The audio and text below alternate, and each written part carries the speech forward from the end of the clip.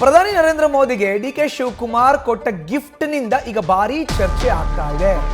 ನಿನ್ನೆ ಪ್ರಧಾನಿ ನರೇಂದ್ರ ಮೋದಿ ಅವ್ರನ್ನ ಭೇಟಿ ಮಾಡಿದ್ರು ರಾಜ್ಯದ ಮುಖ್ಯಮಂತ್ರಿ, ನೂತನ ಮುಖ್ಯಮಂತ್ರಿ ಡಿಕೆ ಶಿವಕುಮಾರ್. ಆಗ ಗಿಫ್ಟ್ ಒಂದನ್ನು ಕೊಟ್ರಲ್ಲ, ಅದರ ಬಗ್ಗೆ ಈಗ ಚರ್ಚೆ ಆಗ್ತಾ ಇದೆ. ಕೊಟ್ಟಿರೋ ಗಿಫ್ಟ್ ಏನು?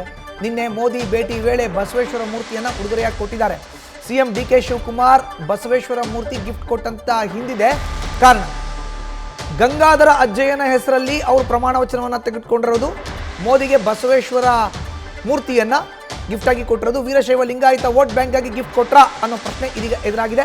ಡಿಕೆ ಶಿವಕುಮಾರ್ ಉಡುಗೊರೆ ಕೊಟ್ಟ ಬೆನ್ನಲ್ಲೇ ನಾನಾ ಚರ್ಚೆಗಳು ಈಗ ರಾಜ್ಯ ರಾಜಕಾರಣದಲ್ಲಿ, ರಾಜಕೀಯ ವಲಯದಲ್ಲಿ ಚರ್ಚೆಗೆ ವಸ್ತು ಆಗಿದೆ. ಏನಕ್ಕೆ ಕೊಟ್ಟರು? ಬಸವೇಶ್ವರ ಮೂರ್ತಿಯನ್ನ ನೋಡಿ, ಇದೆ ಮೂರ್ತಿ. ರಾಜ್ಯದ ಮುಖ್ಯಮಂತ್ರಿ ಡಿ ಕೆ ಶಿವಕುಮಾರ್ ಹಾಗೂ ಪ್ರಧಾನಿ ನರೇಂದ್ರ ಮೋದಿ ಅವರು ಇದ್ದಾರೆ. ಸೊ ಈ ರೀತಿಯಾದಂಥ ಒಂದು ಗಿಫ್ಟನ್ನ ಕೊಟ್ಟ ಬಳಿಕ ಬಸವೇಶ್ವರನಿಗೂ ಪ್ರತಿಮೆಗೂ ನರೇಂದ್ರ ಮೋದಿಗೂ ಏನು ಸಂಬಂಧ ಇದೆ? ಯಾಕೆ ಕೊಟ್ಟರು ಗಿಫ್ಟು? ಇತ್ತ ಡಿ ಕೆ ಶಿವಕುಮಾರ್ ಆ ಸಮುದಾಯವನ್ನು ಪ್ರತಿನಿಧಿಸ್ತಾರಾ? ಇಲ್ಲ. ಆದರೆ ಬಸವೇಶ್ವರರ ಮೂರ್ತಿಯ ಗಿಫ್ಟನ್ನು ಕೊಟ್ಟರು ಅಂತ ಕಾರಣ ಏನು? ಇದು ಆ್ಯಕ್ಚುಲ್ ಆಗಿ ಇನ್ಸೈಡ್ ಸ್ಟೋರಿ. ಬಸವೇಶ್ವರರ ಅನುಯಾಯಿಗಳು ಅಂದರೆ ಯಾರು? ಅದು ವೀರಶೈವ ಲಿಂಗಾಯತ ಸಮುದಾಯ. ಸಿಎಂ ಡಿ ಕೆ ಶಿವಕುಮಾರ್ ಅಗಾಧವಾಗಿ ನಂಬುವುದು ಗಂಗಾಧರ ಅಜ್ಜಯ್ಯನನ್ನು. ಸೊ ಗಂಗಾಧರ ಅಜ್ಜಯ್ಯ ಅಂದರೆ ಅವರು ಜಂಗಮರು, ಅವರು ವೀರಶೈವ ಲಿಂಗಾಯತ ಸಮುದಾಯಕ್ಕೆ ಸೇರ್ತಾರೆ. ಗಂಗಾಧರ ಅಜ್ಜಯ್ಯನ ಹೆಸರಿನಲ್ಲಿ ಪ್ರಮಾಣ ವಚನವನ್ನು ಸ್ವೀಕಾರ ಮಾಡಿದ್ರು ಡಿ ಕೆ ಶಿವಕುಮಾರ್.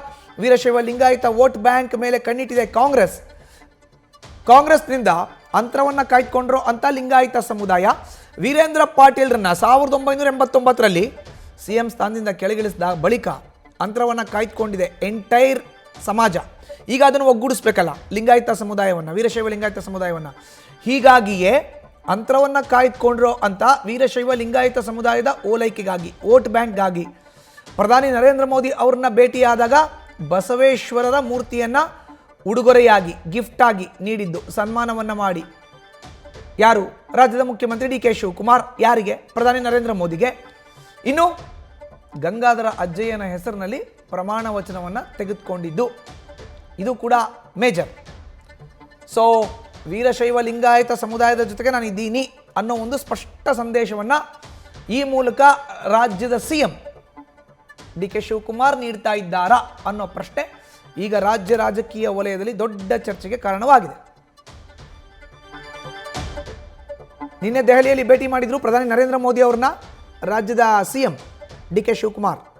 ಆಗ ಕೊಟ್ಟಿರುವಂಥ ಉಡುಗೊರೆ ಚರ್ಚೆ ಈಗ.